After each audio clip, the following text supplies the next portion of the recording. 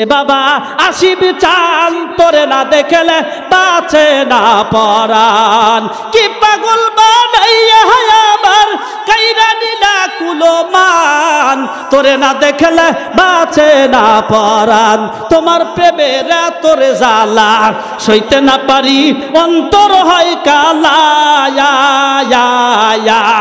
গলাতে কলঙ্কের মালা লক্ষ বাজে অপমান তোরে না দেখলে বাঁচে না পরাণ জোরে কর নাউজুবিল্লাহ ইয়া হাবিবাল্লাহ তোমার হায় রে জঙ্গলার পাখিরা সব দেখল নবীরে জঙ্গলার পাখিরা সব দেখল নবীরে কেবল মানুষ হইয়া দেখিলাম না দিনের নবীরে কেবল উম্মত হইয়া দেখিলাম না মায়ার নবীরে ইয়া রাসূলুল্লাহ তোমার নাম শুনি কানে জোরে ইয়া হাবিবাল্লাহ তোমার হায় রে নাম শুনিয়া হযরত বেলাল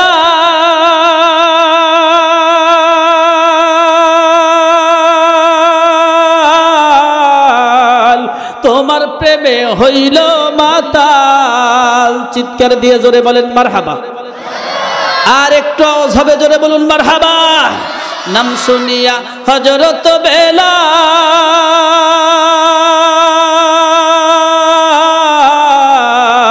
তোমার প্রেমে হইল মাতাল জীবনটা সঁপে দিল তোমার চরণে জীবন যৌবন সঁপে দিল তোমার চরণে ইয়া রাসূলুল্লাহ তোমার নাম শুনি কানে ক্বালু লাম নাকু মিনাল মুসাল্লিন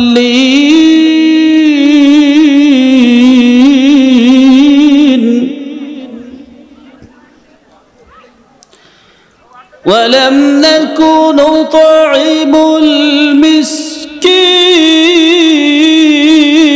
المسكين وكنا نخوض مع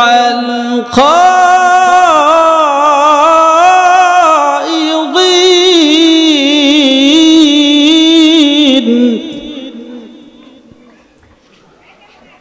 وكنا نكذب بيوم الدين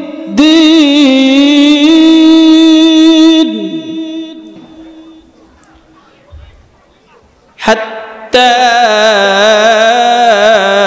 أتانا اليقين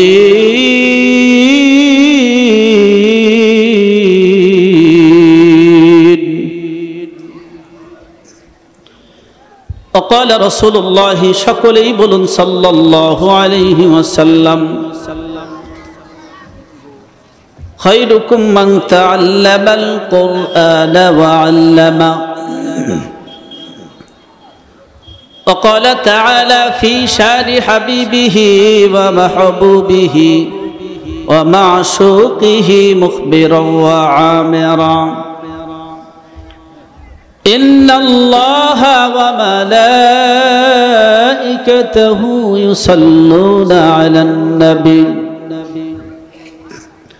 يا أيها الذين آمنوا صلوا عليه وسلموا تسليما সকলেই দরুদ ইব্রাহিম নামাজের দরুদ যারা পারি সকলেই বলতে থাকে আল্লাহুম্মা সাল্লি আলা محمد وعلى آل محمد كما صليت على إبراهيم وعلى آل إبراهيم إنك حميد مجيد اللهم بارك على محمد وعلى آل محمد كما باركت على إبراهيم وعلى آل إبراهيم إنك حميد مجيد بلغ العلا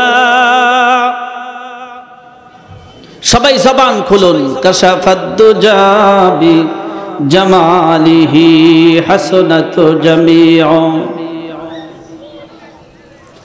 সাল্লু আলাইহি।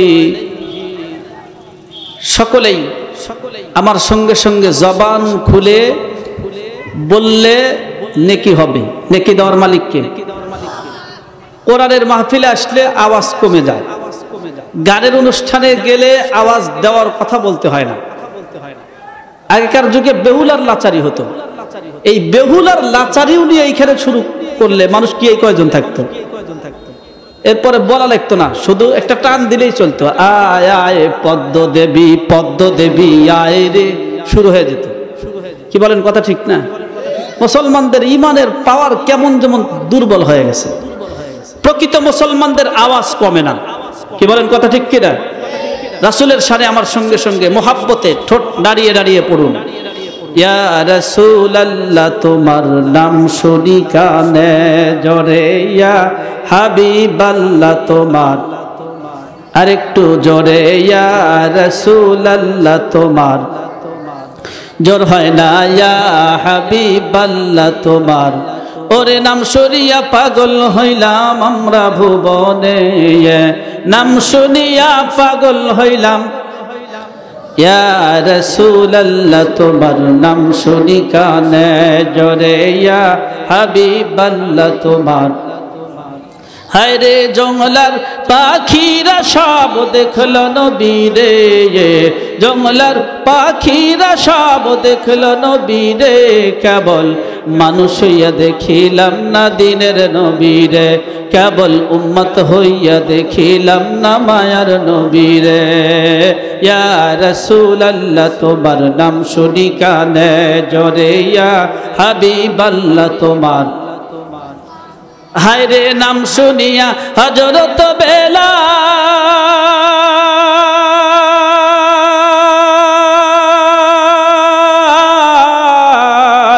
তোমার প্রেমে হইল মাতাল। চিৎকার দিয়ে জোরে বলেন মারহাবা। আর একটু আওয়াজ হবে, জোরে বলুন মারহাবা। নাম শুনিয়া হযরত বেলাল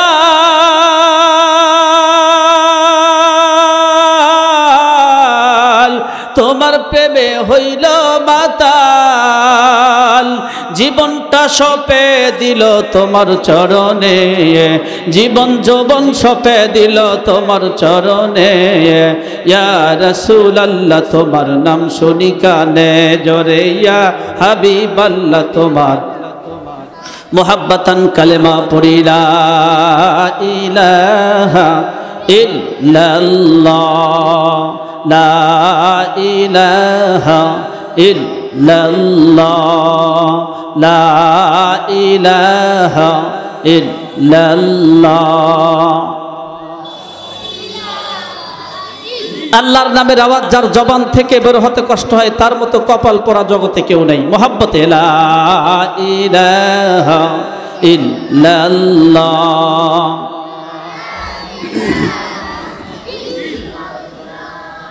লা ইলাহা ইল্লাল্লাহ, লা ইলাহা ইল্লাল্লাহ, লা ইলাহা ইল্লাল্লাহ, লা ইলাহা ইল্লাল্লাহ।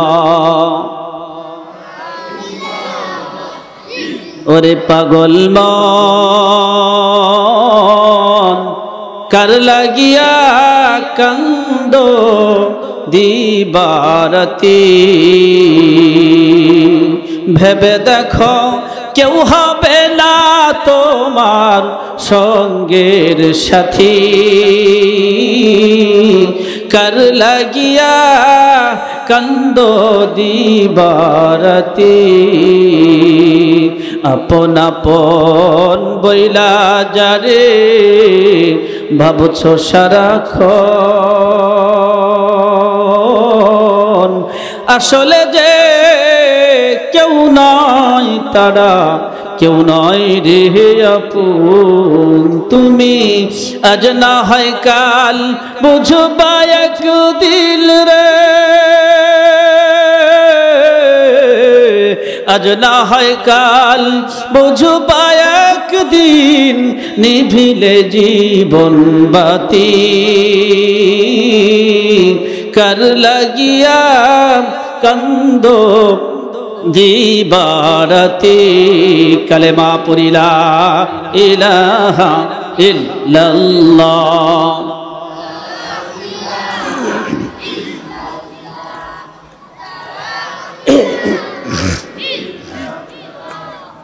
লা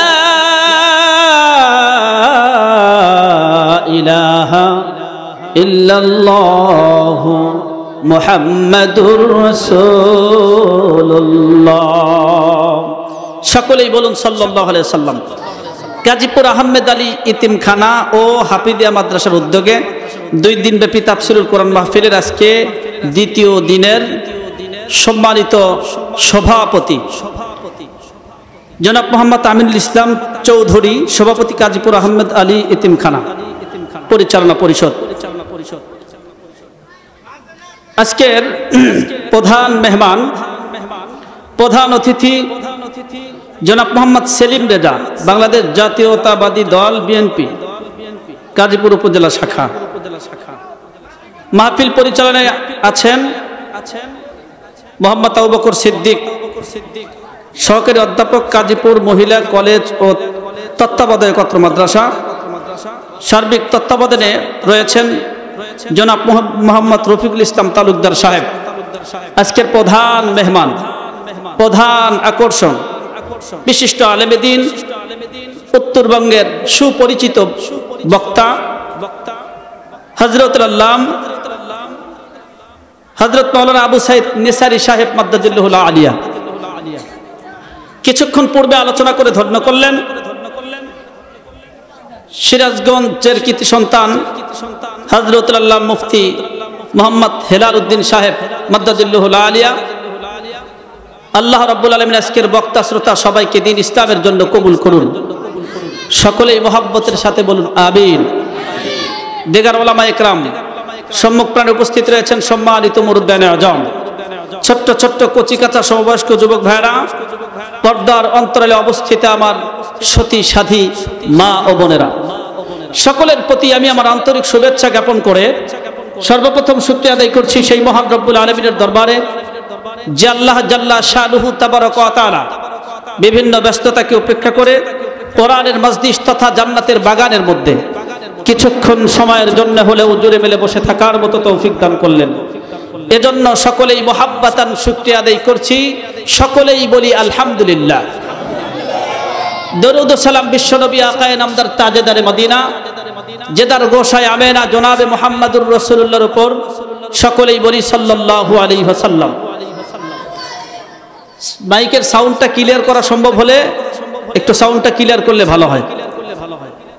আমি আপনাদের কাছে করজোরে নিবেদন করব, যারা এসেছেন তারা তো এসেছি আলহামদুলিল্লাহ। আগে আগে আসলে ক্ষতি আছে না লাভ আছে? কথা বলে না। ক্ষতি না লাভ? যেইখানে বসে বসে কোরআনের আলোচনা শুনছেন, কিয়ামতের ময়দানে এই জায়গাটা সাক্ষী হিসাবে আপনার সামনে দাঁড়িয়ে আল্লাহর কাছে সাক্ষী দিবে।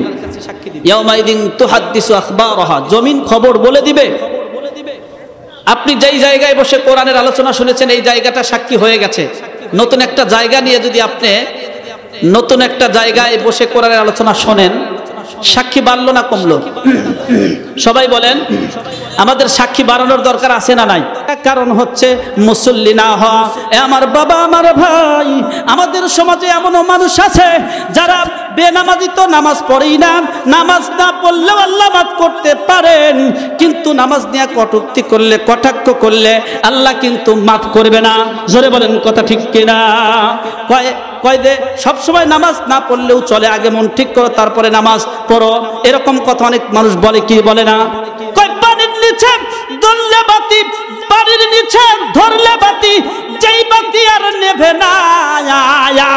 আমগো বাবার মুরিদ হইলে নামাজ রোজা লাগে না। কথা কয় না? কথা ঠিক আছে না নাই? দেখবেন এরা বাবার স্লোগান দেয়, নিজের পিতামাতার কোনো খবর নাই, ওরা পীরের দরবারে ঘুরে বাবার নামের স্লোগান দেয়।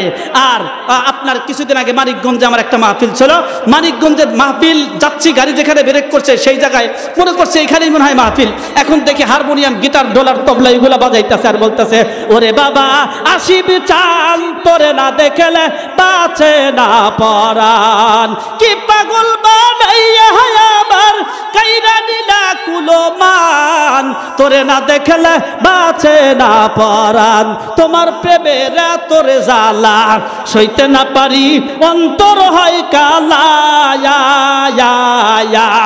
গলাতে কলঙ্কের মালা লক্ষ বাজে অপমান, তোরে না দেখলে বাঁচে না পরাণ। জোরে কর নাউজুবিল্লাহ। আচ্ছা, বাবার নামের গান গাওয়ার কোনো দরকার আছে না? কার নামে গান গাইতে হবে? জোরে বলেন, কার নামে গান গাইতে হবে? ইমানদার মুসলমান আল্লাহর নামে গান গাইতে হবে। তাই বলে আপনার ওই বাতিলের মধ্যে হকগুলাকেও বাতিল মনে করিলেন না। আজকে বর্তমানে এই যে এমপি বলেন, চেয়ারম্যান বলেন, আর প্রাইম মিনিস্টার বলেন, যদি কোনো আলেম নির্বাচন করতে চায় তখন মনে করি রে বাবা রে বাবা, একজন আলেম মানুষের এই কাম নাকি? আসলে এই চেয়ারগুলা ভালো না খারাপ? চেয়ার তো ভালো, কিন্তু চেয়ারের মধ্যে যাইয়া দুর্নীতি, দুঃশাসন, অন্যায়, অপরাধ কইরা চেয়ারকে অপবিত্রর মতো বানাইছে। জোরে করেন কথা ঠিক কিনা? এই চেয়ারগুলোতে ভালো মানুষগুলা বসানোর দরকার আছে না নাই? ঠিক তদ্রূপ বাংলাদেশ, এদেশ, এই দেশ ওলামা ইকরামের দেশ, এদেশের মধ্যে ইসলাম এসেছেন হক্কানি পীর মাশায়েখের মাধ্যমে। জোরে বলেন কথা ঠিক কিনা? এখন এই হক্কানি পীর মাশায়েখের ধীরে আপনার বাংলাদেশের মধ্যে হক্কানি পীর মাশায়েখ এর পরিবর্তে বাতিল পীর, ভণ্ড পীরের আবির্ভাব ঘটেছে, মাজার পূজারীদের আবির্ভাব ঘটেছে, যার মধ্যে শিরক, অন্যায়, অপরাধ, আপনার অনিস্লামিক কর্মকাণ্ডে মানুষ লিপ্ত হয় বেশি। ধরে বলেন কথা ঠিক কিনা? এখন এই বাতিল ভণ্ড পীরদের আচরণ দেখে এক শ্রেণীর মানুষ হক্কানি পীরদেরকেও খারাপ মনে করে। কথা কয় না? ইমানদার মুসলমান, বাংলাদেশে হক পীর আছে না নাই? বাংলাদেশে অনেক হক পীর আছে, যেমন পীর সাহেব চরমনাই একজন হক পীর, ওইখানে গেলে 3 জন মানুষের মধ্যে 2 জন কান্নাওয়ালা চোখ নিয়ে বাড়িতে আসে। জোরে বলেন কথা ঠিক কিনা? আগে টুপি ছিল না, এখন টুপি পরে, আগে জুব্বা ছিল না, জুব্বা পরে, আগে বেনামাজি ছিল, এখন নামাজ পড়ে এবং দিন কায়েমের স্বপ্নও দেখে। জোরে বলেন কথা ঠিক কিনা? ইমানদার মুসলমান, কারো কারো কাছে কেমন কেমন লাগতে পারে সেইটা বলা উদ্দেশ্য না। উদ্দেশ্য হলো এই পৃথিবীর মধ্যে হুকুম, এই পৃথিবী আল্লাহর, এই পৃথিবীর মধ্যে হুকুম চলবে আল্লাহর। আমরা গান গাইলে আল্লাহর নামে গাইবো। জোরে বলেন কথা ঠিক কিনা? 1 নাম্বার মুসল্লি হতে হবে। কি হতে হবে? মুসল্লি হতে হবে। দেখেন, নামাজের বিরুদ্ধে কথা বললে কি হয়? আপনার সূরা আনকাবুত 21 নম্বর পারার একদম শুরুতে আল্লাহ রাব্বুল আলামিন ইরশাদ করেন, উতলু মা উহিয়া ইলাইকা মিনাল কিতাবি ওয়া আকিমিস সালাত ইন্নাস সালাতা তানহা আনিল ফাহশাই ওয়াল মুনকার ওয়া লাযিকরুল্লাহি আকবার আল্লাহু ইয়ালামু মা তাসনাউন।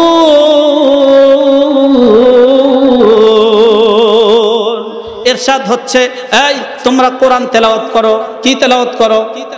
কথা কয় না? উতলু মা উহিয়া ইলাইকা মিনাল কিতাব। আমি কিন্তু বলেছি তাফসীর তো তাফসীরই হবে। আল্লাহ রাব্বুল আলামিন বলতেছেন কোরআন তেলাওয়াত করো, এরপরে ওয়া আকিমিস সালাহ, নামাজ কায়েম করো। কার জন্য? কথা কয় না কার জন্য? কোরআন তেলাওয়াত হয় এই আপনার মাদ্রাসায়, গাজীপুর আহমেদ আলী মাদ্রাসায় সহি শুদ্ধ কোরআন তেলাওয়াত শিক্ষা দেওয়া হয় কি হয় না? কোরআন তেলাওয়াত করার নির্দেশন কে দিয়েছেন? জোরে বলেন কে দিয়েছেন? কোরআন এমন একটা কিতাব, যেই কিতাব শুধু কিতাব নয়, এটা কালামুল্লাহ, আল্লাহর কালাম। আল্লাহর কালাম, আল্লাহর কালাম মানে আল্লাহর ভাষা, আল্লাহর বাণী। জোরে কোন সুবহানাল্লাহ। আল্লাহর বাণী আর আল্লাহর সৃষ্টি কিন্তু এক না। তুমসা কোই हमदम कोई तुमसा जो नहीं है, बाती तू है हरदम मगर आवाज नहीं है। बिना आवाजे কেউ যদি আল্লাহর সঙ্গে কথা বলতে চাও, কোরআন পড়ো, আল্লাহর সঙ্গে কথা হয়ে যাবে।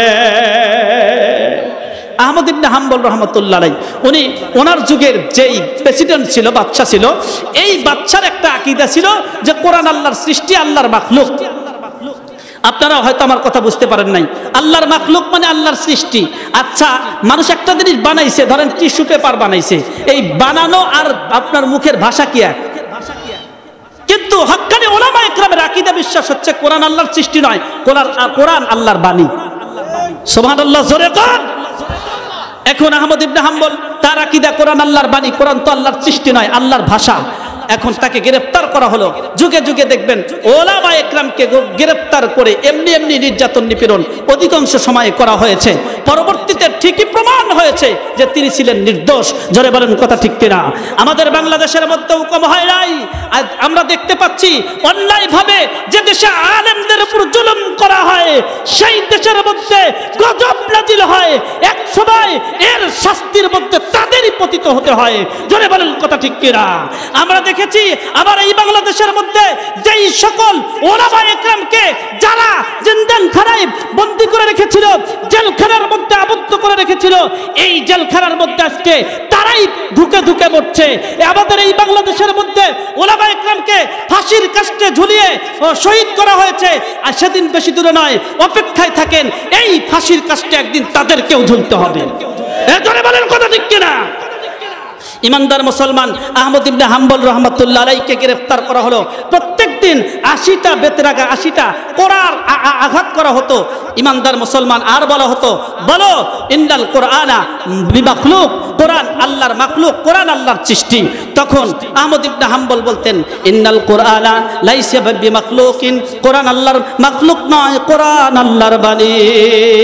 এখন এই বাচ্চা চিন্তা করলো, তাকে এত পিটাইলাম, কিন্তু তারপরেও তো সে মানতেছে না। কি করা যায়? একটা কৌশল অবলম্বন করা যায়। ভালো আছেন তো? একটা কৌশল অবলম্বন করা যায়। কৌশলটা হচ্ছে, এই আহমদ ইবনে হাম্বলের মাকে তার সামনে নিয়ে আসো। আহমদ ইবনে হাম্বলের মাকে তার সামনে নিয়ে আইসা আহমদ ইবনে হাম্বলকে পিটাও, তোরার আঘাত করতে থাকো। তার মা যখন দেখবে মা কাঁদবে, আহমদ ইবনে হাম্বল কান্নাকাটি করবে। এক পর্যায়ে মা যদি সুপারিশ করে, বেটা রে কিছুক্ষণের জন্য মেনে নেয়, তাহলে মেনে নিতেও পারে। আহমদ ইবনে হাম্বলের মাকে নিয়ে আসা হলো। এরপরে আহমদ ইবনে হাম্বলের মার সামনে সন্তান আহমদ ইবনে হাম্বল রহমাতুল্লাহ আলাইহিকে কোরআন আঘাত করা হলো। আর বলতেছে, আর বলা হচ্ছে, বলো কোরআন আল্লাহর মাখলুক, কোরআন আল্লাহর সৃষ্টি। তখন আহমদ ইবনে হাম্বল বলতেছেন, ইন্নাল কোরআন লাইসা বিমাখলুক, কোরআন আল্লাহর সৃষ্টি নয়, কোরআন আল্লাহর বাণী। আরেকটু জোরে কোন, সমাধান চাও যদি জীবনে মরণে, ফিরে যাও খুঁজে নাও চোখ রাখো কোরআনে। বাবা, আমি এত সময় পাবো না। যেই মূল কথাটা আমি বুঝাইতে চাচ্ছি সেটি হচ্ছে, আহমদ ইবনে হাম্বল রহমাতুল্লাহ আলাইহিকে যখন আঘাত করা হচ্ছে, আরে মার দিকে ফেল দৃষ্টিতে তাকাই আছে। মার দিকে তাকায়, মা কি বলে এই সময় একটু অপেক্ষা কইরা, আরে একটু অপেক্ষা করতে থাকে মার কথাটা শোনার জন্য। মা এবার কান্না বিজড়িত কণ্ঠে 2 ফোঁটা চোখের পানি ফেলে দিয়ে ডাইকা বলে, বেটা রে হাদিহিল ইয়াউমু আল্লাযী বুলিতু, এটা এমন একটা দিন, এটা এমন একটা পরীক্ষার দিন, এটা এমন একটা ধৈর্য ধরার দিন, যেই দিন ধৈর্য ধরতে হবে, এই জন্য তোকে আমি জন্ম দিয়েছি। সুবহানাল্লাহ বলবেন না? কেমন মা আর কেমন ছেলে। এইবার আহমদ ইবনে হাম্বল যখন মেনে না নেয়, তখন কোড়া দিয়ে আঘাত করা হয়, বেহুশ হইয়া পড়িয়া যায়। এরপরে বেহুশের মধ্যেই ঘুমের ভাব এসে যায়। ঘুমের মধ্যে স্বপ্নে দেখে কোরআন ওয়ালা তার সামনে হাজির, স্বয়ং আল্লাহ তার সামনে হাজির। স্বপ্নে যখন মাসুককে পাইছে, যখন প্রেমাস্পদ, আর যখন একজন প্রেমিক প্রেমাস্পদকে পাইবে, তখন কিন্তু তাকে জিজ্ঞেস করবে, এই তুমি কোন জিনিসটা বেশি পছন্দ করো? জোরে বলেন কথা ঠিক কিনা? আমার মাওলাই কারিমকে যখন পাইছে, আহমদ ইবনে হাম্বল রাহমাতুল্লাহ আলাইহি ডাকিয়ে বলতেছেন, বিমা ইয়াতাকাররাবুল আবদু ইয়া আল্লাহ, আয় আল্লাহ কোন আমল করলে বান্দা আপনার নৈকট্য অর্জন করতে পারে? জোরে কোন সুবহানাল্লাহ। আল্লাহ রাব্বুল আলামিন ডেকে বলেন, বিতিলাওয়াতিল কোরআন। আল্লাহু আকবার, জোরে বলে আল্লাহু আকবার। আল্লাহ বলতেছেন কোরআন তেলাওয়াত আমার কাছে বড় পছন্দের। 99 বার জিজ্ঞেস করছে, 99 বার আল্লাহ বলছে কোরআন তেলাওয়াত আমার কাছে পছন্দের। আহমদ ইবনে হাম্বল রাহমাতুল্লাহ আলাইহি 100 বারের বার বলতেছে আল্লাহ আম ফাহমিন আম বিগাইরি ফাহমিন, কোরআন তেলাওয়াত যাই না বুঝা পড়লে বেশি পছন্দের নাকি না বুঝা পড়লে বেশি পছন্দ? আল্লাহ বলেন ফাহমিন আম বিগাইরি ফাহমিন, বুঝা পড়লেও আমি আল্লাহর প্রিয়, না বুঝা পড়লেও আমি আল্লাহর কাছে প্রিয়। সুবহানাল্লাহ। এই কোরআন কোথায় শিক্ষা দেওয়া হয়? গাজীপুর আহমদ আলী ইয়াতিমখানায় শিক্ষা দেওয়া হয়। এই কোরআনী শিক্ষাকে ধরে রাখার জন্য কিয়ামত পর্যন্ত দায়েম কায়েম রাখার জন্য আপনারা কি রাজি আছেন? কে কে রাজি আছেন? লিল্লাহি তাকবীর। আল্লাহ রাব্বুল আলামিন সূরা ওয়াকিয়ার মধ্যে কসম করে বলতেছে ইন্নাহু লাকুরআনুন কারীম ফি কিতাবিম মাকনুন, এই কোরআন বড় দামি। জোরে কোন সুবহানাল্লাহ। এই কোরআন বড় দামি, এই কোরআনের অনেক দাম। এই কোরআনের ধারক যে সেও দামি হবে, কোরআন যেখানে রাখা হবে সেও দামি হবে, কোরআন যে গ্রহণ করবে সেও দামি হবে। এই কোরআন একটা সূর্যকে ধাক্কা দিলে সূর্যের কোনো কিচ্ছু হয় না, যে ধাক্কা দিবে তার অস্তিত্ব বলতে কোনো কিছু থাকবে না। যুগে যুগে নমরুদকে দেখেছি, ফেরাউনকে দেখেছি, কারুনকে দেখেছি, হামানকে দেখেছি, আমরা আবু জাহাল, আবু লাহাব, উতবা সাহেবাকে দেখেছি, কোরআনের বিরোধিতা করেছে, তাদের অস্তিত্ব বলতে কোনো কিছু নাই। জোরে বলুন কথা ঠিক কিনা? কোরআন এবং কোরআনওয়ালার কোনো কিচ্ছু হয় নাই। এই কোরআন সূর্যকে ধাক্কা দিলে তার অস্তিত্ব বিলীন হয়ে যাবে, ওই সূর্যের কোনো কিচ্ছু হবে না। অতএব কোরআনকে আল্লাহ রাব্বুল আলামিন টিকিয়ে রাখবেন। এই মাদ্রাসাকে অবহেলিত হিসাবে রাখা যাবে না। মাদ্রাসাকে যে কোরআনের এই প্রতিষ্ঠানকে কায়েম রাখার চেষ্টা করবে আল্লাহ তার দাম বৃদ্ধি করে দিবে। জয় বলেন সুবহানাল্লাহ। ইমানদার মুসলমান, কোরআনী প্রতিষ্ঠান কায়েম করার দরকার আছে না নাই? সংক্ষিপ্ত আকারে বলে যাই, এই প্রতিষ্ঠানকে কায়েম রাখার জন্য সংক্ষিপ্ত 3টা কাজ করতে হবে। 1 নাম্বার কাজ, সূরা ফাতিরের 29 নম্বর আয়াতে আল্লাহ রাব্বুল আলামিন ইরশাদ করেন ইন্নাল্লাযীনা ইয়াতলুনা কিতাবাল্লাহ ওয়া আকামুস সালাহ ওয়া আনফাকু মিম্মা রাযাকনাহুম সিররাও ওয়া আলানিয়াতাই ইয়ারজুনা তিজারাতাল লান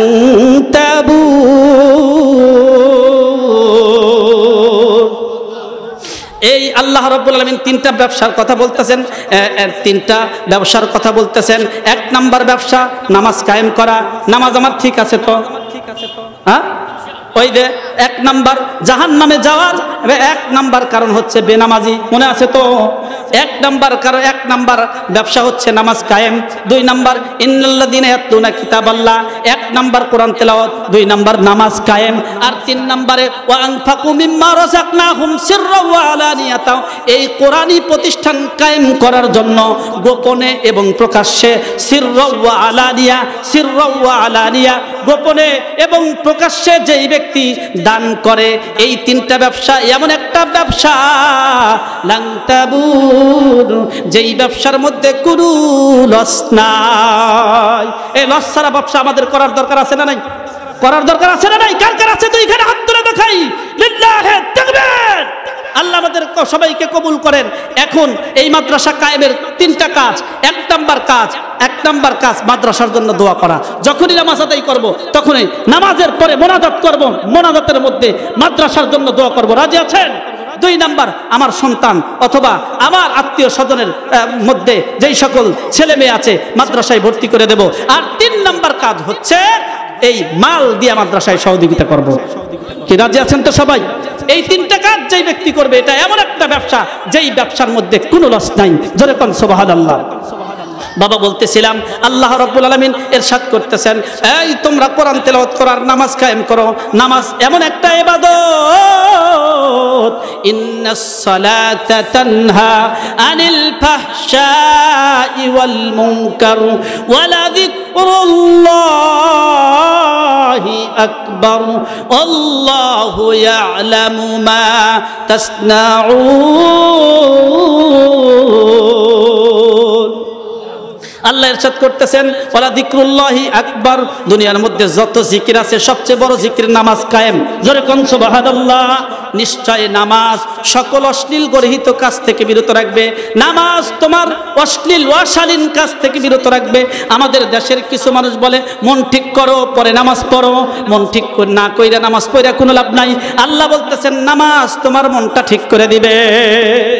কে বলতেছেন? জোরে কোন? যে শুধু এই চিন্তা করে মন ঠিক করো তো পরে নামাজ পড়ো, আর মন জীবনে ঠিক হবে না, নামাজ পড়াও শুরু করতে পারবে না। কিন্তু যেই ব্যক্তি সঠিকভাবে হুকুক আদায় করে নামাজ কায়েম করা শুরু করবে, তার মন ঠিক করে দিবেন মহান আল্লাহ। জোরে বলেন সুবহানাল্লাহ। ইমানদার মুসলমান, এই জন্য নামাজের মাধ্যমে যত আল্লাহর নৈকট্য অর্জন হয়, নামাজ সহি শুদ্ধ হওয়ার জন্য কোরআন সহি শুদ্ধ করার দরকার। এক নাম্বার নামাজ ভঙ্গের যত কারণ আছে তার মধ্যে এক নাম্বার কারণ নামাজের কেরাত অশুদ্ধ পড়া। যদি কেরাত অশুদ্ধ থাকে তাহলে কিন্তু নামাজ হবে না। কেরাত সহি শুদ্ধভাবে শেখানো হয় কোথায়? কথা কয় না? কাদিপুর আহমেদ আলী মাদ্রাসায় কোরআন সহি শুদ্ধ শেখানো হয়। এই মাদ্রাসায় পড়লে কোরআন সহি হয়, এই মাদ্রাসায় পড়লে নামাজ সহি হবে। জোরে কোন সুবহানাল্লাহ। এই মাদ্রাসায় পড়লে আপনার দিল সহি হবে, ঈমান সহি হবে, মন ঠিক হবে, আল্লাহর নৈকট্য অর্জন করতে পারবে। জোরে কোন সুবহানাল্লাহ।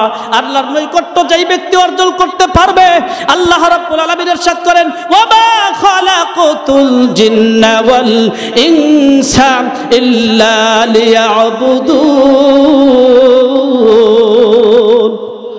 সূরা জারিয়াতের 56 নম্বর আয়াত আল্লাহ পাক ইরশাদ করতেছেন দুনিয়ার মধ্যে তোমাদেরকে বানাইছি শুধুমাত্র আমি আল্লাহর ইবাদত করার জন্য।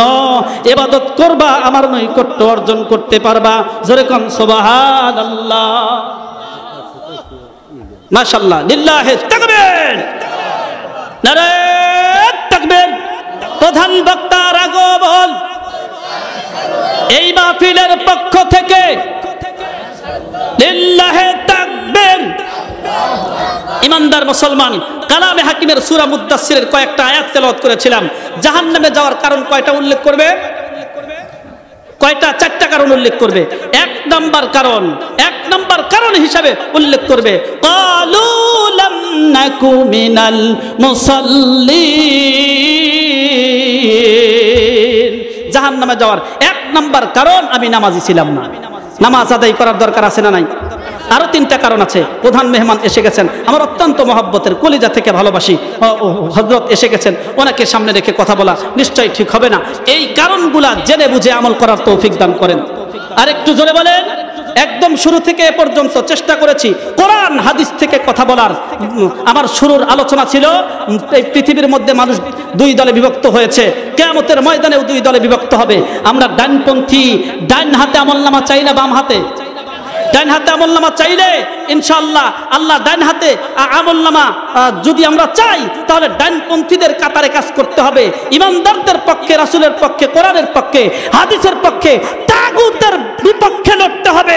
জোরে বলেন কথা ঠিক কিনা? তাহলেই জান্নাত পাওয়া যাবে। জান্নাতে যা আপনার জাহান্নামে যাওয়ার যেই 4টা কারণ আছে, এই 4টা কারণ থেকে বিরত থাকতে হবে। আল্লাহ রাব্বুল আলামিন জেনে বুঝে আমল করার তৌফিক দান করেন।